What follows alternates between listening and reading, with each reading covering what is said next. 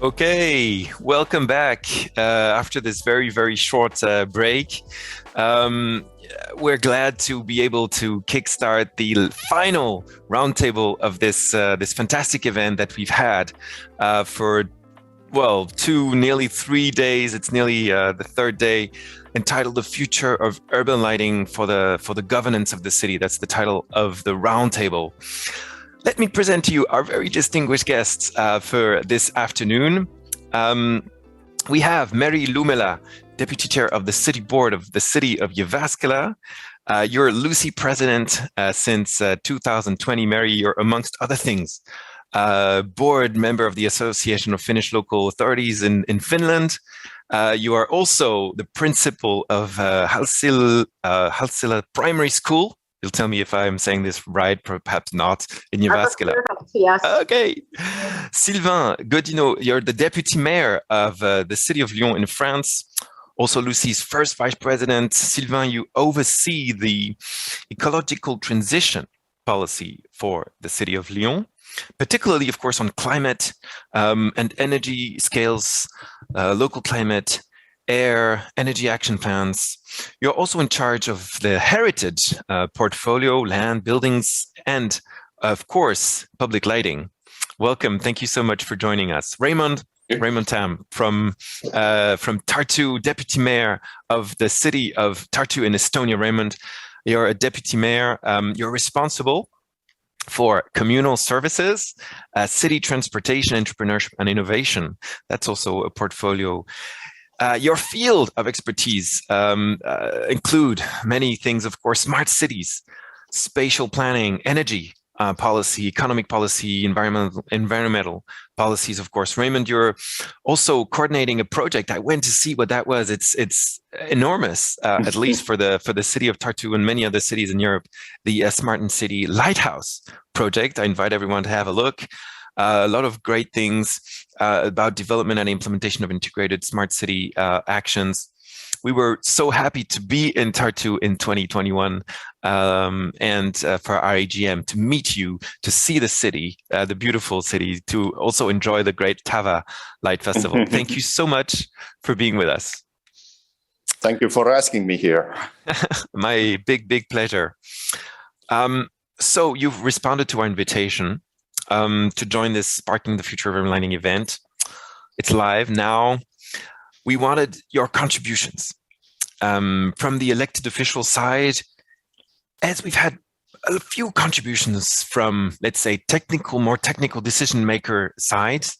We really are looking for perspectives, visions, your ideas about how we can accompany the major transformations of our cities that we're facing, but not only accompany those, also as we adapt and we are resilient, also be performative and take action and initiatives to really bring public policies and do something so that we have desirable outcomes, shaping our world. At this stage of our event, it's nearly over, but we're keeping the tension here because we've had a lot of previous keynotes and roundtables.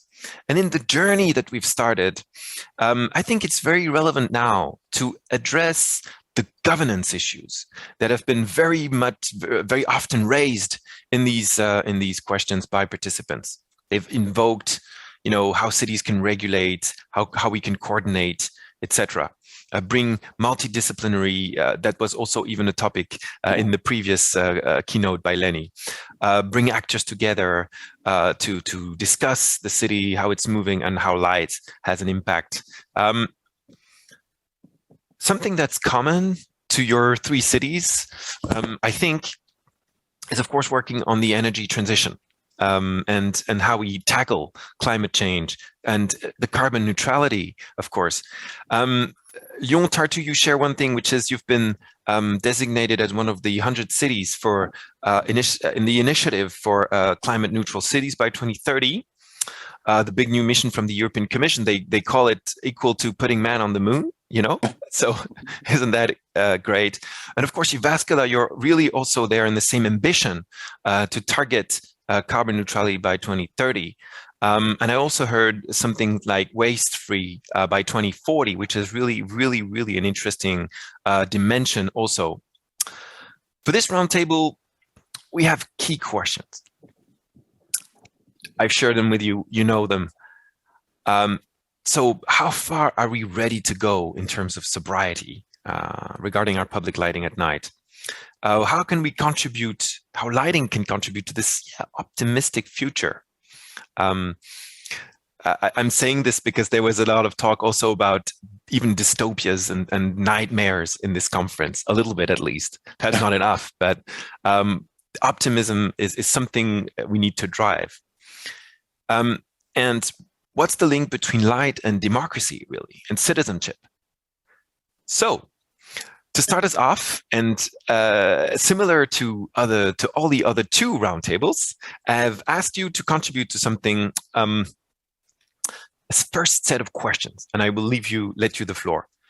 What is the main challenge in your city, for the urban lighting today? So the main challenge, and the second is your hopes and dreams for the future. So we do not quantify this future. Perhaps it's tomorrow. Perhaps it's in a few years. Perhaps it's in 2050. Perhaps it's in one century. We won't be there. But okay, still the future. I've asked you all to keep it quite short. We have quite some time in this roundtable, but still, okay, this opening pretty short. Perhaps 5 minutes would be great. So, enough from me here. We start alphabetically. We've always done this. So we start with Jyväskylä, and it's also a great precedence for Meri Lumela as president of LUCI. But still, Meri, I'll leave you the floor for this opening 5 minutes. Thank you so much. Thank you, Mark, and greetings from Jyväskylä, from the middle of Finland. We're here enjoying the sunshine and coming summer. As a city, I think that we are facing lots of different challenges, but also as an optimistic person, I think also many possibilities. And in our everyday work, it means many stakeholders, many operators, different use of light, both public and private, also commercial and artistic questions, and so on. And so I think having control over all these layers and at the same time educating and inspiring everyone towards better harmony and understanding about the big picture is actually a challenge. And by other challenges, by other layers, I also mean bigger issues on top of each other in more strategic way. Like light pollution, we have talking a lot about light pollution, expanding and growing city, and need for savings, but at the same time, the urge to develop and go forward with new innovations. And as Mark already mentioned, I'd also like to mention the global warming, climate change. As we all know, it affects us everywhere. But one special challenge here in Finland and also in other Nordic countries is that if it will happen, and it seems so, unfortunately, that there is less and less snow, and the autumn will last until December with no snow, there will be more and more really dark days. That means that we need more and more public lighting to be able to move safely and so on. So that's a big question here. But we are not giving up, and as you already heard, just the opposite. We are sure that we are able to make the difference, find the right answers, and we have an ambitious goal to be a carbon neutral city by the year 2030. And so it's a constant balancing between values and decisions we need to make in order to develop Jyväskylä in a sustainable way. But what I think, luckily, we have a long history in good urban lighting, and general attitude is very positive. Many decisions are easily justified. So I think we're in a good way. Thank you. Great, thank you. I will turn immediately to you, Sylvain, please, for the city of Lyon. Thanks. So now you're mute, please. Oh, beautiful. Great, thank you. Yeah, thank you, Mark, for organizing this roundtable for the 20th anniversary of LUCI. I heard that the previous meetings went very well with very inspiring speakers, discussions and workshops, and especially on sustainable cities. And I hope this final roundtable will also contribute to sparking the future of urban lighting. So in Lyon, the city lighting, like in many cities around the world, is facing new issues, as you stressed it. We have inherited a history, a beautiful history with a structuring light plan implemented in 1989.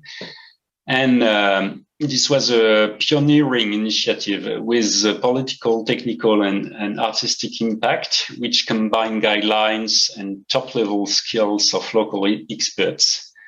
Since then, Lyon has become a major center of light design and urban lighting. The light master plan gave the city a new face and enabled the lighting of 370 sites throughout the urban area. With the two first light master plans, light has become an essential component of the urban landscape, creating an attractive atmosphere at night. But today, we are convinced that this environment is undergoing profound changes on the environmental, sociological, and technological levels. And we are working on the elaboration of a new light plan, the third one, in order to take these changes into account, especially because our two main challenges today are to preserve the quality of the nightscape, and as you said, to go further on to the carbon neutrality with three different challenges on energy sobriety, energy efficiency, and renewable energies consumption. To speak first of the nightscape, nightscape is a common good, and the question is how can we ensure that this is not diverted and corrupted by a few ones? We have this big question at the present moment. We think appropriation by citizens is essential, and our hope is that for the future is that the building urban light becomes a citizenship issue, that citizens take ownership on it. So the issue of the appropriation can be seen at two levels. First of all, the appropriation of light by the inhabitants. Isn't there a more beautiful recognition with these inhabitants when these inhabitants talk about their light installations? And not about the municipality project. This appropriation is only possible in the lighting project, is a matter of pride, because it highlights an element of the district heritage. It is an issue of social connection, but also of belonging. And a second level of appropriation is also that on the various elected officials on these public policies. I will come back later. So regarding the question of sobriety, it's also at the heart of the challenges of light. First of all, energy sobriety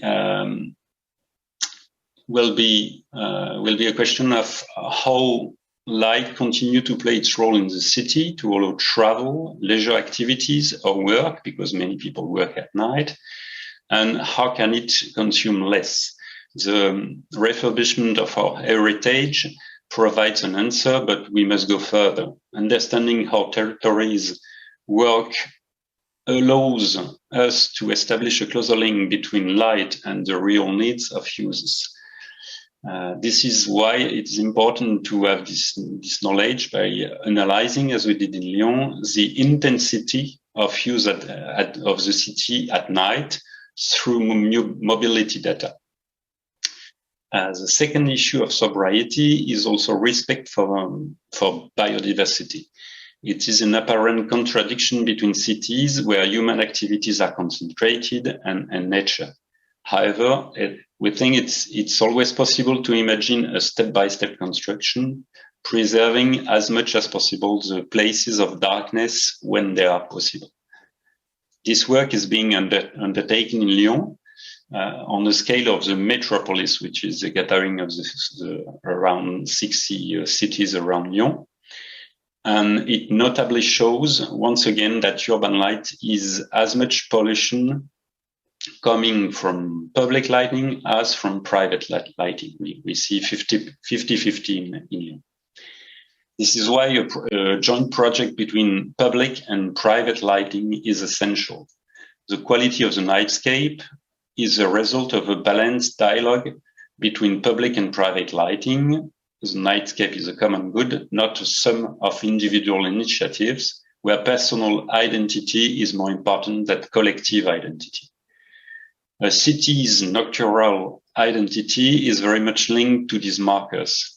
And this is a major governance issue for communities if they want to control their image.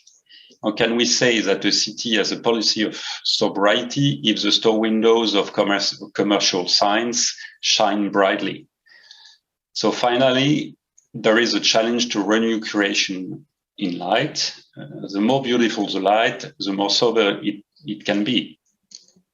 We must imagine other ways of lighting and be as close as possible to the territories, especially in urban renewal areas. In this respect, social landlords are important actors who must be fully involved in this reflection on lighting. Thank you. Yeah. No, absolutely.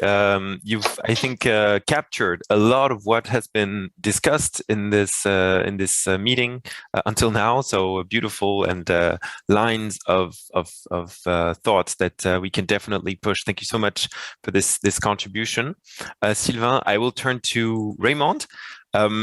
Same question, about the challenges that you have at the moment in the city of Tartu, and perhaps, dreams, hopes for the future perspectives that you might have. Thank you so much.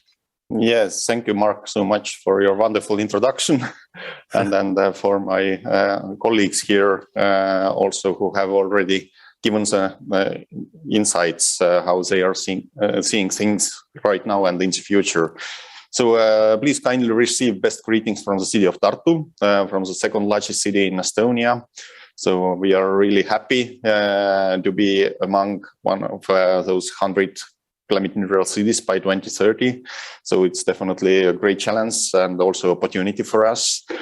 But of course, we have different challenges in case of urban lighting also in our city today, and those are partially related to the carbon neutrality challenge.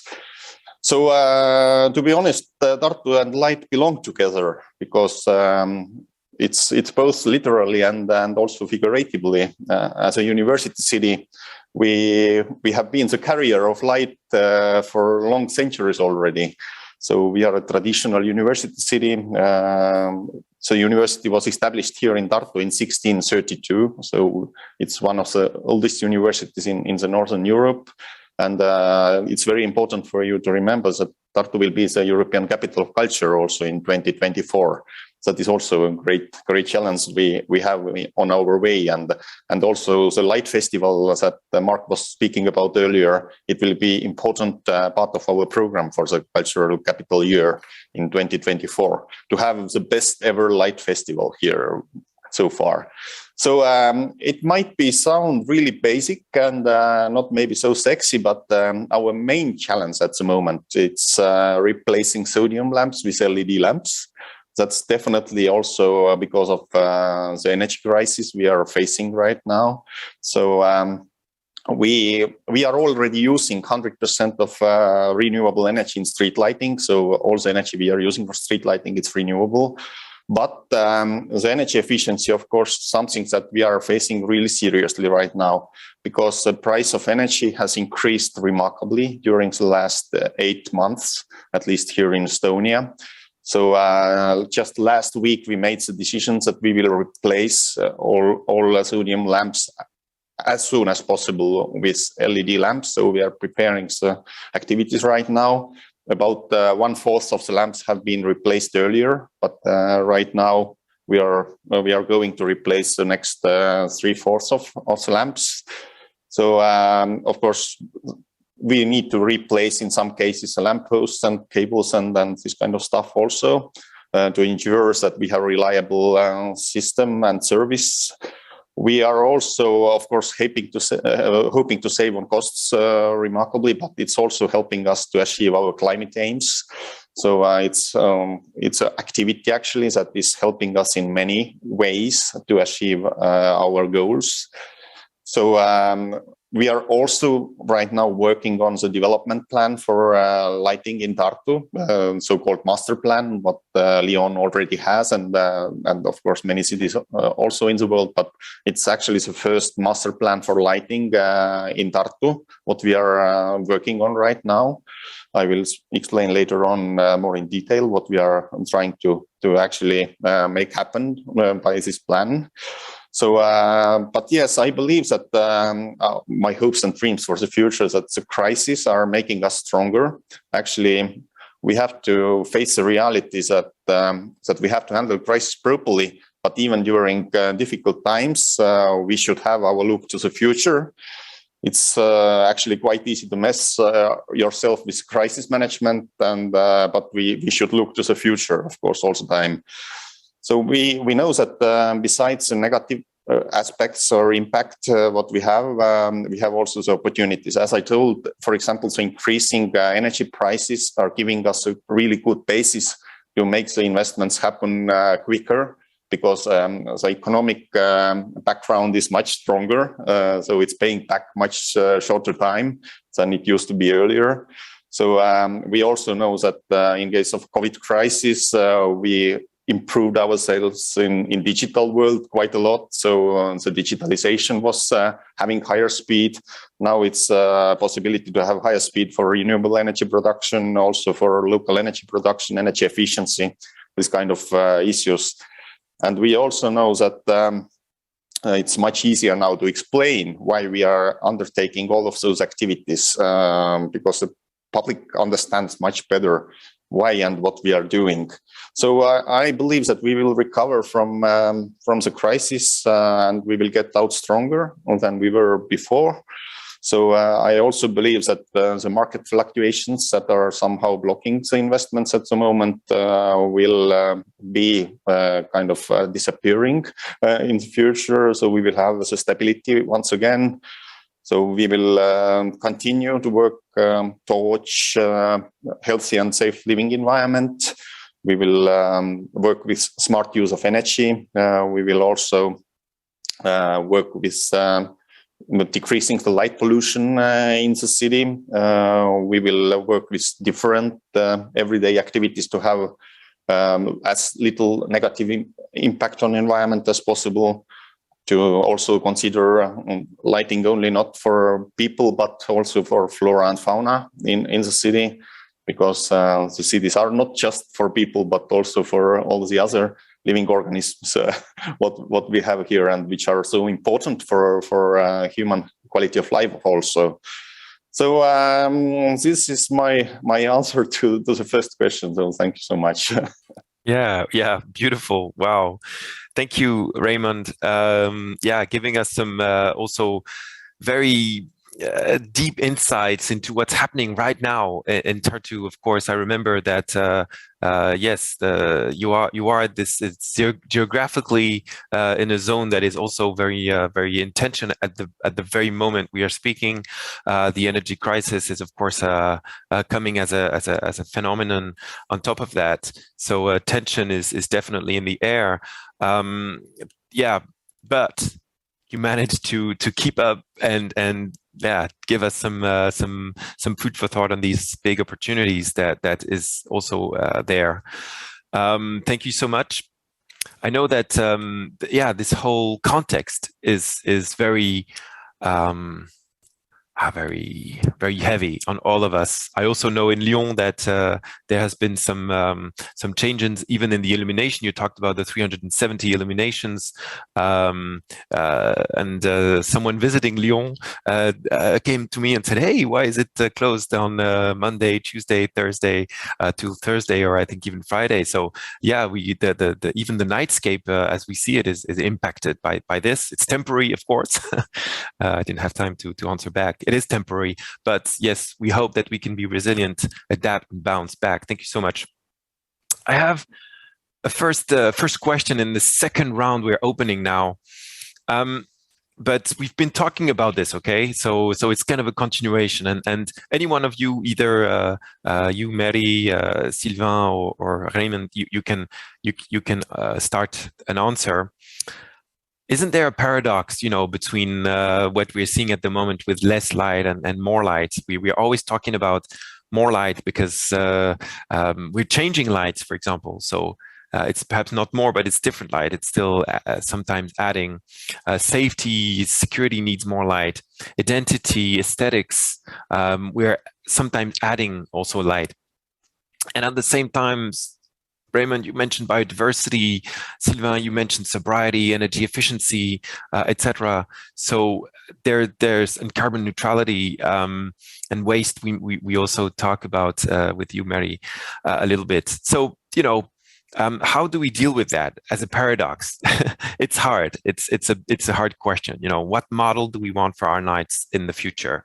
This sobriety model. How do we manage that transition from perhaps more light to less light, and societally as a society, how do we manage that? Okay, a big nutshell as a question. Who wants to start first? You can put your hand up either digitally or physically. You can start this. Meri, unmute yourself. Beautiful. Thanks. Thank you. And well, that's the question. Yes, how to deal with the paradox. But I think that the main key is to educate everyone about the goals and end results also. Yep. And here in Jyväskylä, we try to create good environment for all. And so everyone also, I think they need to take and have responsibility on what they do in our common areas. And as a city, we need to have power to fix all the bad solutions, because no matter what we do, those things can just happen. Mm-hmm. And glary industrial areas, bright supermarket parking spaces, or disturbing advertisement screens, it's just not okay anymore. And we have more knowledge nowadays, so we need to do it better way. Mm-hmm. We need to step up with getting rid of all of those things. And of course, city is building more light points as we grow, and we build new areas and street all the time, and want to create beautiful architectural lighting in new places. We have lots of wonderful architecture which we would like to eliminate. But at the same time, we use lighting control systems. We do use nighttime dimming, good optics, experts on design processes, and so on.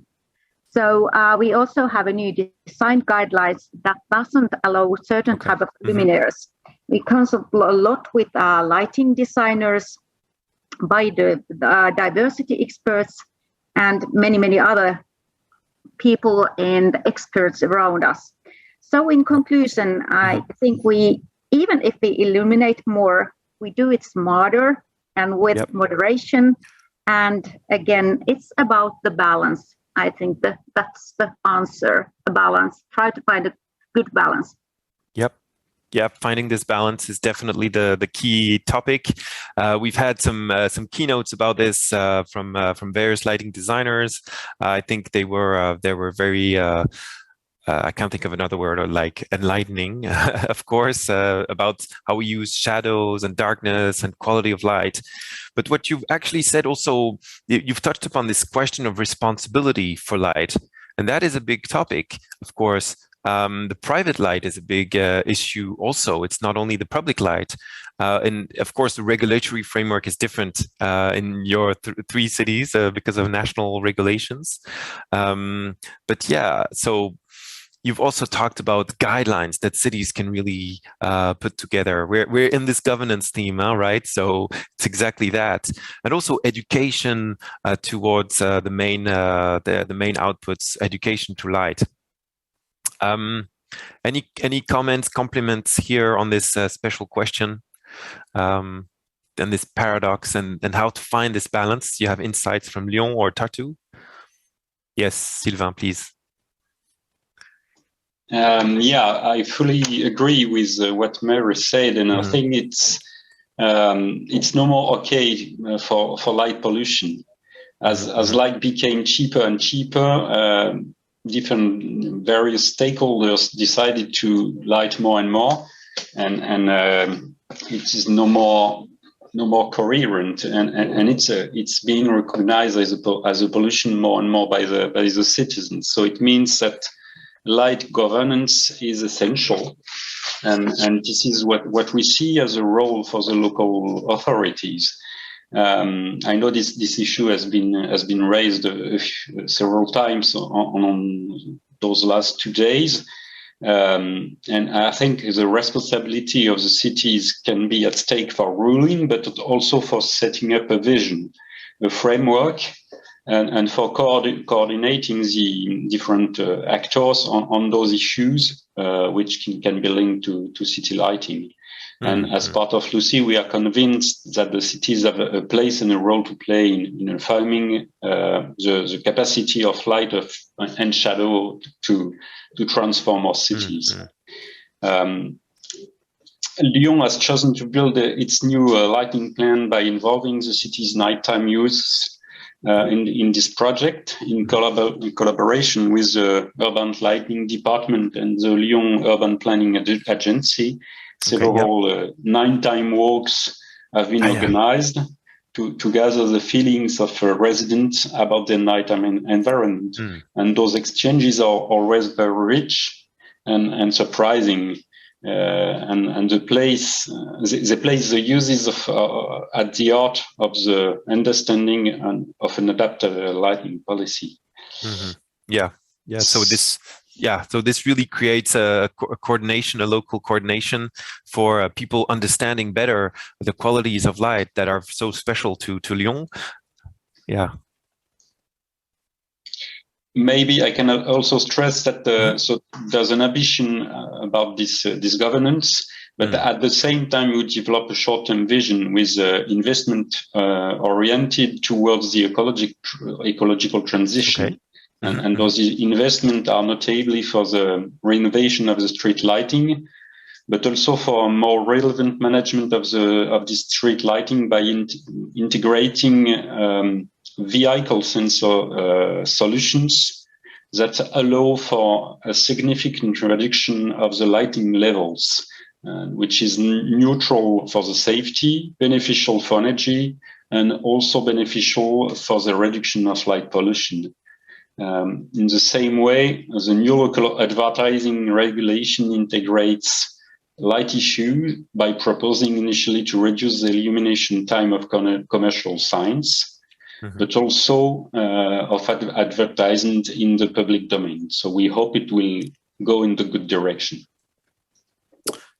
Wow, that's a number of very, very key points that you point out, and in this last part you also stressed investment, which is very big. We'll come back to that perhaps, but as an organization, as a city, you can take this decision to actually invest, and you need to have it based on the right facts, and this is what also creates attraction and creates a new development of a policy. So that is the powerful instrument that the cities have to say that they're on the driving seats. Perhaps Raimond, if you want to add on these comments on this balance between light and dark and more light, less light, and yes, thank you, Mark. Yeah, fortunately, we have a bunch of paradoxes we have to work in this managing of city, of course, regularly. So it's nothing new for us. So we always have not so black and white answers to all the questions, and we have to find the balance somehow. But yes, I believe that actually the key is intelligent management of lighting. We have to actually make our decisions regarding lighting as much based on knowledge-based approach.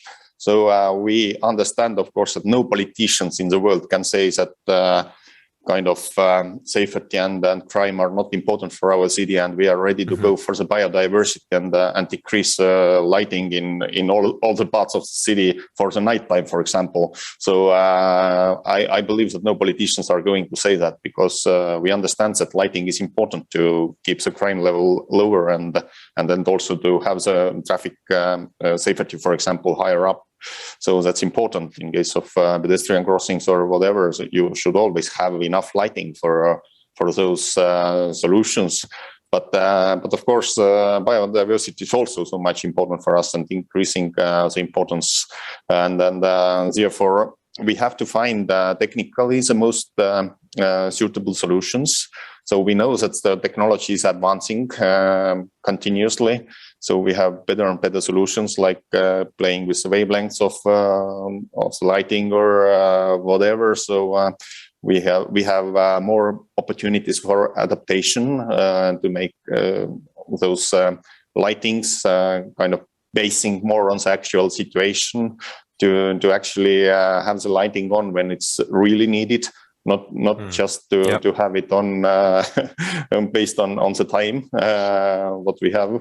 But I also believe that this kind of strategic plans we should have, of course, independently for all the cities. All the cities should point out in which areas. For example, here in Tartu, we have had for a while already quiet areas where people can go and escape from the city noise. But we should also have this kind of opportunities for lighting, for example, that we are determining parts of the city in our master plan, for example, that is not having lighting during the dark time. Okay. Yeah, so for example, we can handle it, and it should be communicated out to people also living in the city that this area is not lightened during the night, and it should be okay if that's optional for people to go, for example, to this part of the city.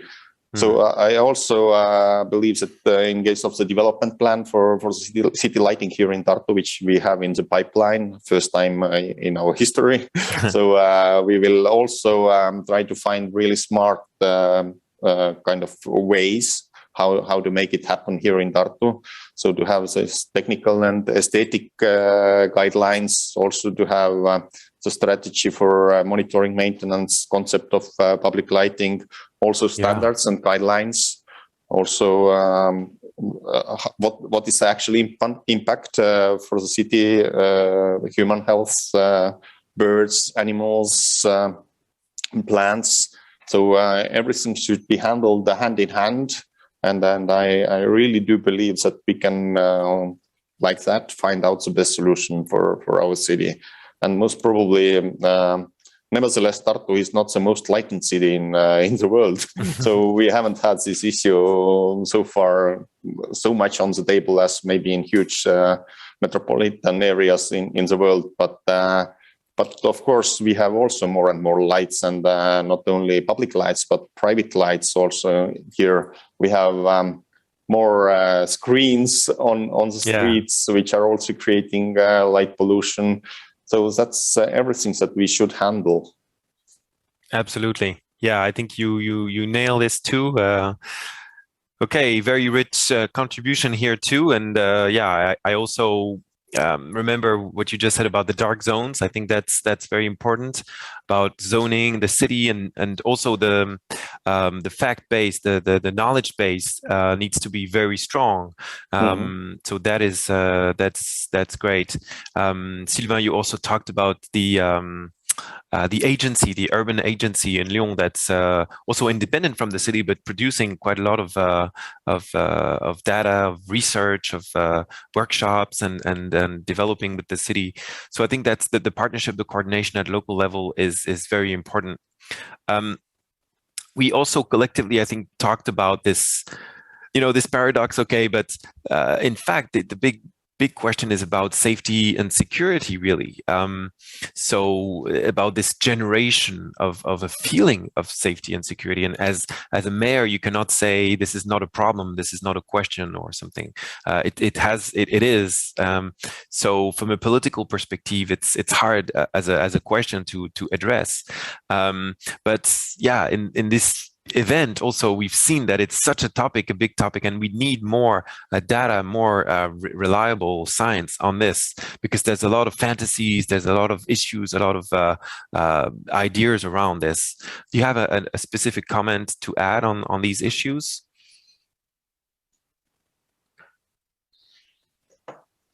How to balance? Yeah, maybe I can start to stress that, as you said, security is not exactly the same as the feeling of security, and that's a very important point.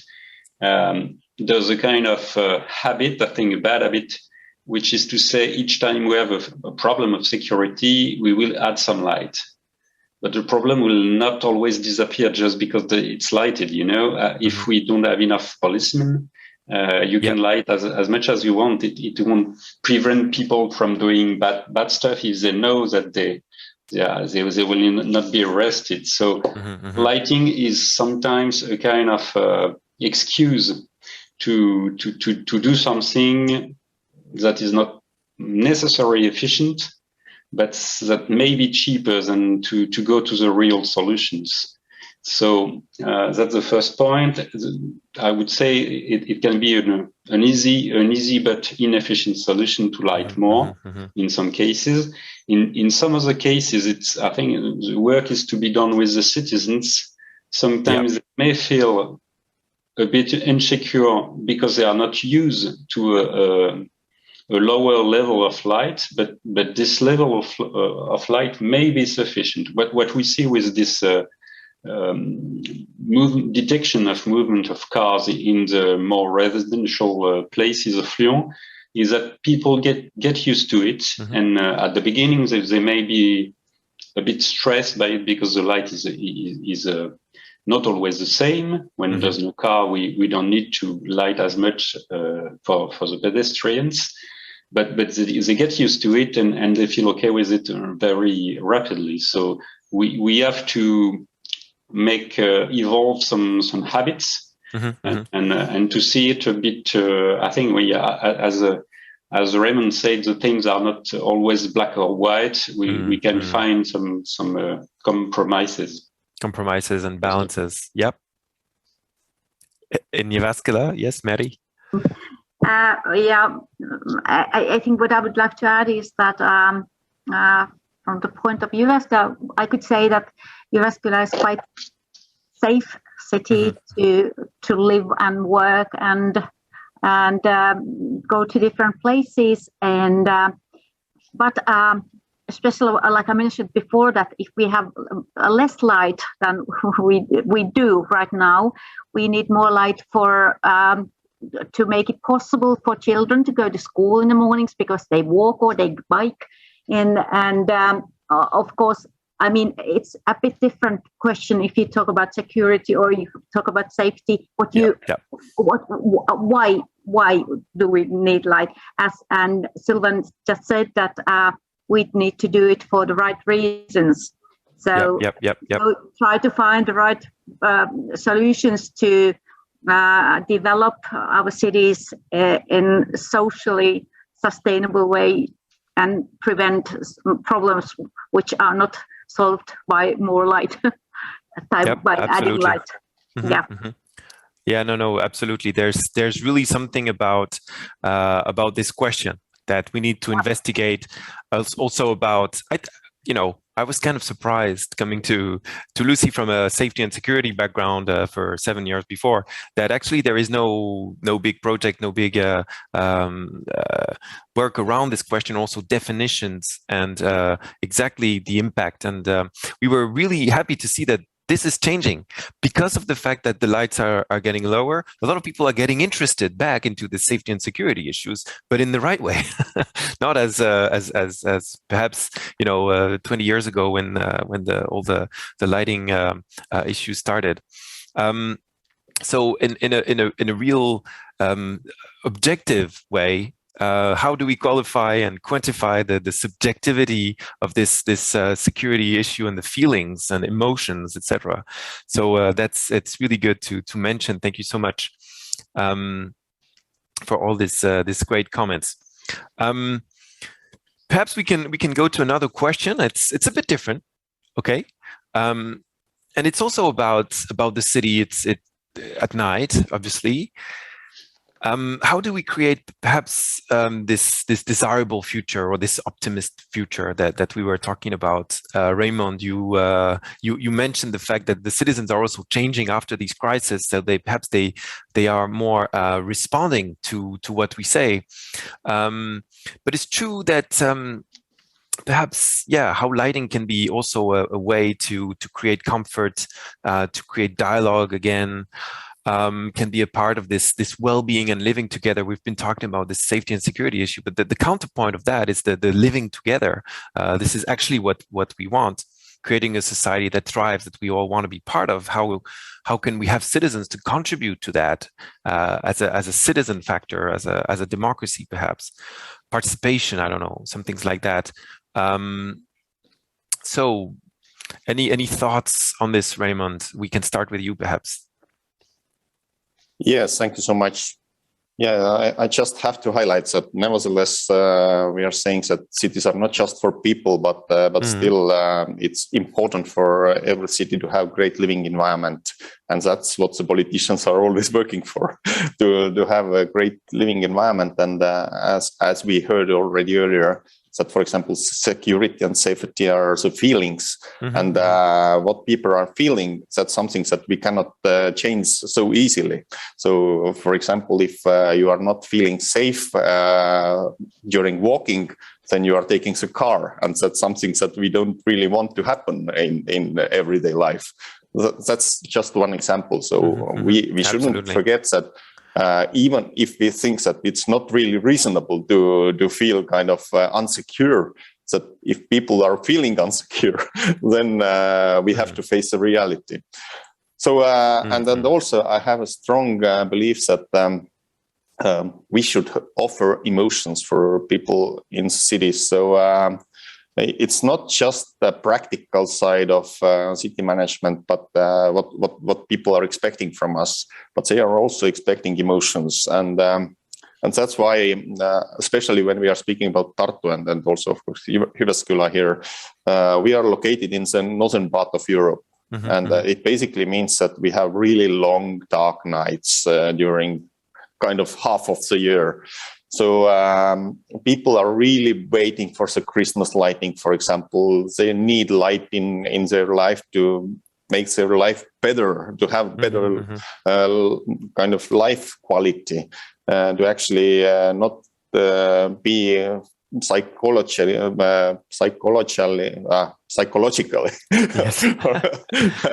depressed or whatever. So we have to consider this kind of well-being all the time, and therefore those architectural lightings, decorative lightings are also, of course, very much important. Nevertheless, they might be not so efficient in city management.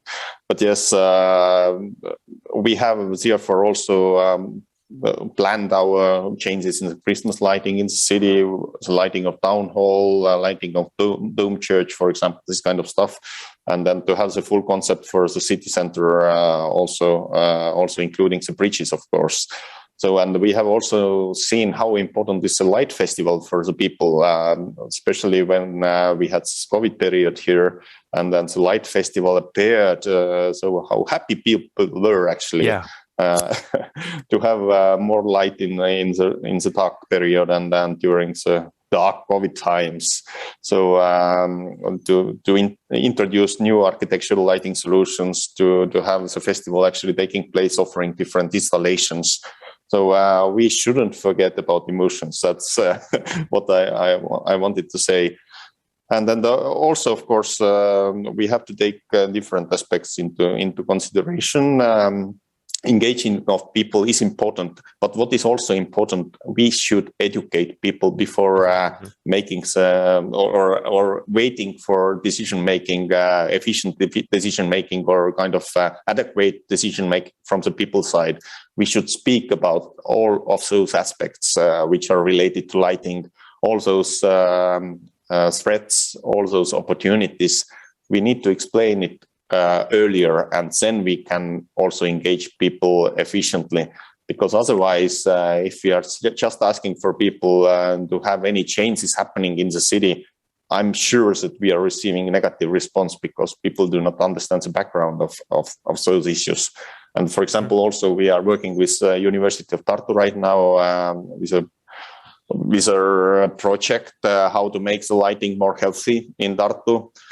We will have tomorrow the first workshop with local citizens. We will explain all of those aspects. We will ask their feedback. And this kind of co-creation is something we are really looking to have in the future also. We have also had recently our first climate assembly, if you understand what it means. So it's a new model of engagement of people. So this climate assembly to work on different ideas regarding the public space here in Tartu, the urban space. So this kind of new ways how to engage people, how to educate, how to explain, how to ask their feedback. I strongly believe that it's a future that we should really take seriously into consideration. So that's shortly. No, that's great. I think it also relates to safety and security, by the way, because education and citizenship will also go into the prevention that's so important. Perhaps Meri, I can give you the stick. I don't know how to say this. The floor, the screen right now. Perhaps on this also question. Some comments. Thank you. Yeah. First, I have to say that it's kind of good. I get a good feeling because we share like common challenges, and like Raimond said, that crisis make us stronger. I think also working together is the thing we can solve the things together, the problems. But in Jyväskylä, we just approved our new city strategy. And we have some it has some keywords and values like humanity, responsibility, well-being, community, and safety. And we also have few main themes we want to emphasize, like being a city of culture, education, resource, wisdom. And many of these themes have a strong link to urban lighting, smart lighting, and, for example, light festivals also. And well, as a city of light in Finland, that's one thing we want to emphasize, and we want to make actions also. And I think what we need shared targets and goals. We need willing to work together to make them true. And we have what I could say like strong legs. We say it's like environmental, economic, and social sustainability. We would like to build our city up on. And what we think here, we need to take all this into our everyday life and actually create the city we want to see in the future. So we have to do it together, not just write optimistic visions that has no meaning on or won't ever happen. Because it's so easy to write those things, but it's not so easy to make them true. And also having a lot of conversation with our community, bringing decision-making closer to them, for example, in social media, neighborhood meetings and so on, it gives people a feeling that they can say, they have a say in their own environment. Their opinion makes difference. And we try to include everyone into these processes, from children to elderly people, so everybody has a chance to say and tell what they would like to do, what they would like to, how they see their city. And Jyväskylä, as a university city, also as Tartu, is a growing and vibrant city, and we have rich culture. Lots of students bringing their ideas and innovations to student. Actually, 1/3 of our population are students, lots of young people here. And like I mentioned already, we have a high quality of architecture, and we are building our city respecting the old and creating new. And we're building new neighborhoods where quality of life is emphasized and people's well-being is in the center of all our actions. So I think that's the main thing, that we have chance to do it together with all the people living here, not depending on their ages or where they work, but we get the feeling that we are building the city together. Mm-hmm. Yeah. Wow. That's incredible, and also I think quite strong also link to what we are doing in LUCI. Of course, you do that at a very local level. We try to work together with cities. One of the things that I'm really impatient about is actually going to Jyväskylä. Believe it or not, I've never been there. I know a few of the LUCI old timers might have a few years ago, but it would be really incredible to actually be there. I think it's planned in the not so distant future. So learning about this exactly, going in detail about how you do stuff and how you put this together, it would be so great, so incredible to really go into detail. Sylvain, perhaps on this question, and how to fuel citizenship with lighting. First of all, I'd like to say that for me it's a pity that too many people still see the question of night as the expression of tensions and around security and natural problems. And for me, lighting policy is above all an element of the night policy. And I was said that the testimony of the night mayor this afternoon of London was very inspiring. I think we have a big question about how to appropriate the stakes of the night and how it becomes an asset in the understanding of the functioning of the territories. So of course, there are also big expectations in Lyon regarding the Lyon Light Festival in winter, Christmas lighting. All these moments are very important and joyful and poetic, and I think it's a very important dimension of the lighting to develop. It's important also to see night as a form of a time of freedom, of a different way of functioning of the city.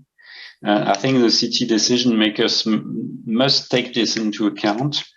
I think we also have to work it with citizens, and this year Lyon is launching for the first time its participative budget, and I'm very expecting to see the results and to see how many projects citizens will build that are taking place during night, and if they want to develop lighting projects in this participative budget, it will be an indication, because I think most people, they don't think about night functioning in the city. Yeah, absolutely. Yeah, that's great. Yeah. I love it that you mentioned the fact that night is also a time for freedom. It's definitely that. I mean, for everybody, from students even to people that just enjoy the night, time walk, to a time to walk, or it's also there's something different happening at night, of course, when you enjoy the night. But then, of course, Amy Lamé also pointed out, and as a research factor in London, she pointed out that it was also a surprise that they have a population of night workers, which is incredible and much higher than what they imagine. It's a big number. So that's also something, those and people that have a different approach to the night altogether, and of course to the day also, because it's linked. So yes, the nighttime is very important. How we live that as a citizen is absolutely of the essence. Great. Okay, we will open for Q&A questions quite soon. So don't hesitate if you have some good questions. I have tons. I have a full of questions. We could stay on, until this evening, but it's not possible because we all have agendas very tight. I have a lot of questions still. Perhaps one question just for all of you. Perhaps one quick question and 3 quick answers, if it's possible. I don't know. How to keep light as a political priority in our cities? Perhaps it's just a kind of a conclusion from what everything we've said in this last hour, but how to keep it as a priority. We talked about many things, including investment, plans, guidelines, citizenship, linking for me to democracy. Security is a fundamental, human right. Health, well-being, being happiness in a city, and not only growth and things like that. So how do we keep this as a priority? Not only, of course it is, but not only a technical issue or a commodity.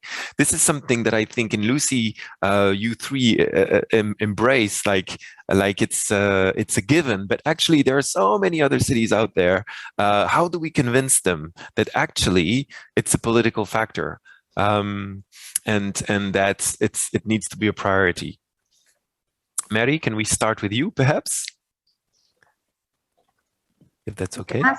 Yeah, thank you. I just put my microphone on. Yes. Yeah. That's an interesting question. And in Jyväskylä, we have such a long history in developing our lighting processes and the whole culture actually around light. And it is now strongly inside our ways of working.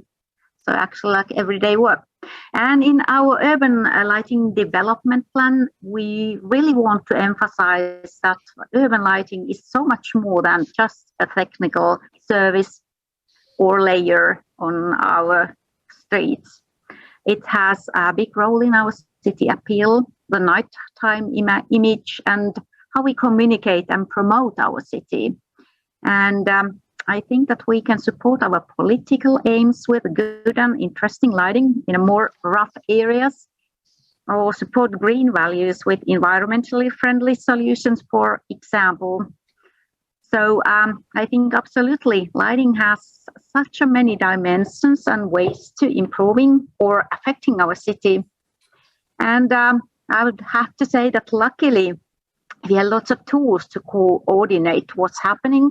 And for example, improving, we have a lighting coordinator working with us, which is quite special thing. And I think it's not happening everywhere. And yes, that's for sure. yeah. One of them is sitting just by me here. Everything we have achieved during this year. So it is easy to convince the decision makers that light has certainly a special meaning in Jyväskylä. I think that great work, which has been done during the years, is just have been so fruitful. Yep. Coordination is key. Yes. Yep. Thank you. Sylvain, perhaps from the city of Lyon. Yeah, for Lyon, we see light as at the crossing of too many issues to think about giving it fully to the private sector. And it's not criticizing the private sector, but it's also that we have to being able to test some stuff, to change our decisions, to adapt permanently what we want to do. And so that's why we decided till now in Lyon to keep it integrated fully to the city. So it means we are always hiring a lot of electricians, and it's not easy at the present time. Yes. We have a team of, I think it's 83 people working on light in Lyon. So it's a big team, which means we can fully control what we do. So that's for the organization of the city. I would say in a more citizen point of view, that it's not really a question taking into account the long history of light in Lyon. So it's part of the identity of the city, because of the Frères Lumière, because of the Festival of Lights, because of many historical events. We see it as a component of the identity of the city as much as food or other stuff. And so it is in the landscape of the identity of people. Yep. It's deep rooted. Also, Lyon, Luc Dunham, perhaps. Absolutely. For those who know what I'm talking about. 2,000 years ago. So yeah. Raimond, perhaps also your take on this this issue about how do we keep it as a strong thing for the cities to be in the driver's seat, as Sylvain just pointed out. Yeah, sure. Thank you so much. So I strongly believe that also not only educating of citizens, but educating of politicians is really important here. Yep. And I believe that in our city council, for example, majority of people have understanding about lighting only when the street lights are off and people are claiming about not having lighting in the city. So that's my feeling right now. So we need to educate politicians. So we have a great opportunity here to involve the best experts and specialists also, because we have the university, and university is a lot working with lighting issues. So we have people from outside of our organization to convince the need for, let's say, paying more attention on lighting.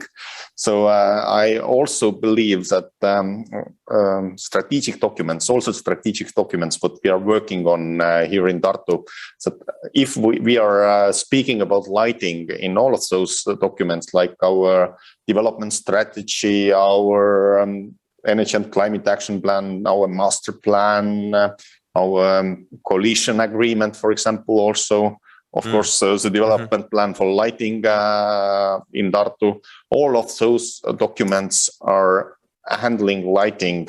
So therefore, it means that all of those documents are also discussed by the politicians in the city. So we are kind of step by step trying to put lighting more and more on the map. So to make people also understand about all other aspects besides street lighting, what are important when we are speaking a well-lighted city.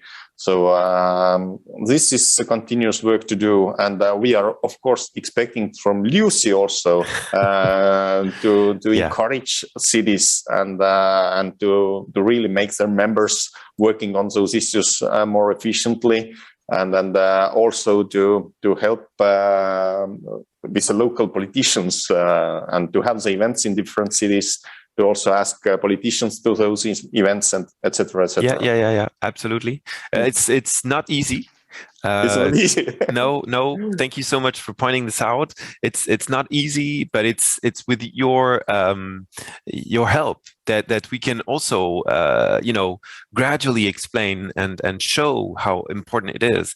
We talked about this morning very, very briefly, how perhaps sometimes it's better from an external point of view than from an internal point of view to talk about these issues and say that that's important. So I think it's why LUCI is so important at the moment to say, okay, these are the facts. You talk about some strategic documents. This is also what we're trying to do here, build a common framework for this. And what we've just said in this hour and 8 minutes now, I think is very important, and we will also take some of that to include it in our common discussions for the future. Let's turn to some. Thank you very much for all your contributions until now. We have some questions in the chat. Don't hesitate to have more. We have 3 questions at the moment, so I will read them out, and we can definitely have some answers from you. Please type more questions.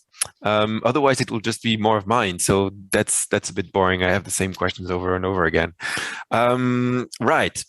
So one of the questions from Katja Kolovea, who's paying a lot of attention. Thanks so much for you being here, Katja. It's beautiful to have you.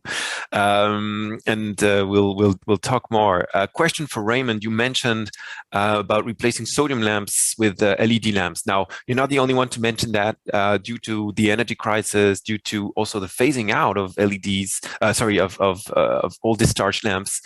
We absolutely need to go further in LEDification. That's something I learned on Monday, for the first roundtable. But the question is, what's your approach in terms of warm LED lights versus cooler white LED lights? And the question ends with thank you very much, obviously. Yes, thank you so much. So as I'm not such a technical person, so I cannot tell you exactly what are the kelvins, what we are introducing here on the streets of Tartu. But I have had those discussions that we should have lighting that is also, for people acceptable. And we have received in the past some feedback when we had really cold lighting on the streets that people are not accepting it. So therefore, nowadays it's definitely warmer light what we are installing here than we used to do earlier. But that's something that has been kind of figured out a few years ago. Yep. And right now it's not the issue anymore on our table. Yep. Okay. No, I think because the change from sodium to LED can be very, very bright all of a sudden, and people start recognizing, oh, there's something changed, and then it's the light, so they go back to the city. Thank you very much. Okay, we have a question about northern countries, so perhaps it's both for you, Raimond, and you, Meri. Less light simply also means less possibility to live in the public life in the dark period of the year. Yep, I can imagine that. Do people therefore also experience city public lighting differently? Perhaps for you, Meri, it's so from Rick Ranstipot from Eindhoven, not so much related to safety and security, but how do people experience the public and city lighting when it's dark most of the year? I'm imagining, in the afternoon or something at 3 p.m. when it's totally dark. Do people get back to you on these issues, or is it so much grounded in the biology or the culture that actually everybody is now used to that? I think we are kind of used to that the differences between seasons. So even though we have a lot of dark time during the late autumn and in the beginning of winter, we do have lots of light during the summertime. So the balance is quite good. But basically, I think, of course, the public lighting is really important. Like I said before, in the mornings when you have to get to work, you have to get to school. So there has to be public lighting, and especially I think it's the autumn time, and if it's like rainy, we all know that black concrete absorbs all the light. Yeah. So it is important, and it is important that we have right kind of lighting. So it makes it easier to just get through your everyday things you have to do. Yep. But, basically, I have to say that in the middle of winter, if you have full moon, you can go skiing in the middle of the night, and you don't need any extra lighting because the snow reflects so well. So there are like challenges and there are possibilities. Yeah. And as you said, but as you said in the very beginning, there's now less snow. Perhaps not this year. I don't know. You were skiing very late, but less snow is also less reflection from the moon. Yes, so more light is needed due to the climate change. So that's also with very, very small degrees of change. There are big, massive things that are changing in our everyday life. Yeah. So that's something we're seeing very, very quickly. I have a question for all of you regarding once again perhaps financing and budgets, how important that is, and how is it inside your city budgets? How is the lighting included in the public budgets of your cities? Perhaps we can start with Sylvain. I don't know if this is a question that it's familiar with. I know that there is an investment plan in the city of Lyon that is massive. But that's for, I think, 6 years. And then, of course, you have budgets for every year. So there's, of course, a more functioning budget for this 83 people you talk about. But perhaps in the investment part, how do you manage to do this investment? We heard in one roundtable from Gothenburg, they have green bonds, for example, which are an interesting way to perhaps finance and create an accountability and a responsibility also. I just want to perhaps step a toe in this area of budget and financing issues. Okay. To talk about the investment plan, what Lyon has decided at the beginning of the mandate is to transform some ecological debt into financial debt. So because we were being late about a lot of investments regarding ecological transition, especially in the buildings, but also in certain kind of way on public lighting. We knew we could go further on this topic, so we decided to invest a lot, which means to go for creating some debt. We should launch some green bonds next year. So I'm not in charge of this topic, but I know the deputy mayor in charge of finance is going on it. So I'm not able to say more at this stage. But we asked Gothenburg to create a good practice sheet about that, because we hear it again, and I think it would be useful to see how they link it also to light. Yeah. But we know it's a kind of debt that is responding to the ecological transition. So I think it's rather simple to know which are the energy economies we can do with it. It's easier than in buildings, I would say, because you know how much you light, how many hours per year, which is the power of the lamps. So it's easy to calculate, I would say. Easier than easier. Easier. Absolutely. The return on investment. By the way, just also a small question. We hear that energy prices are really moving along in the higher zones in many countries. Is it the same in France? Yeah, because we have a European market, so it's the same. Okay. Great. Right. So I'll check if we have other questions. I've kind of asked you a lot of questions, a lot of things that we've been able to cover in 1 hour and 15 minutes. It's been incredible to have you all three. We don't have any more questions in the chat. I'm sure there are some comments, and my comment is, well, just a massive thank you. It's been incredible to have you three in this roundtable. Thank you so much for joining and being also so truthful, so open about everything, and making it possible to make this conversation flow like that. It was very easy, and thank you so much. We'll have to do this again. Beware. And perhaps include some of your other colleagues to have more and more of these strategic conversations on how decision makers really see these questions, etc.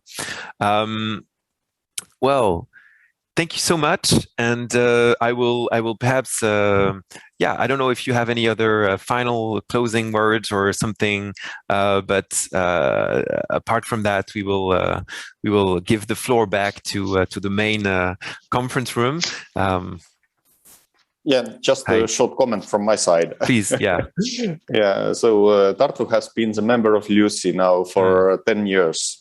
So we are really happy for having this useful and interesting time as a member of the association. So we have made many new friends, established many new contacts. Also, it has helped us to develop the lighting here in the city. So I would just like to congratulate LUCI for the 20-year anniversary. Yes. So really glad to be part of LUCI, and wish all the best for LUCI for the future. Thank you so much. Meri, I know you have to go, but it's been wonderful to have you, and see you soon. Enjoy where you are going. It's a very big occasion. So please, if you need to go, really, you can leave now. See you very soon. Thank you. Thank you. And I just want to say that welcome to Jyväskylä next March. Absolutely. We will be having Thanks, Elisa. Thank you, Meri, for all what you do, and the presidency of LUCI also.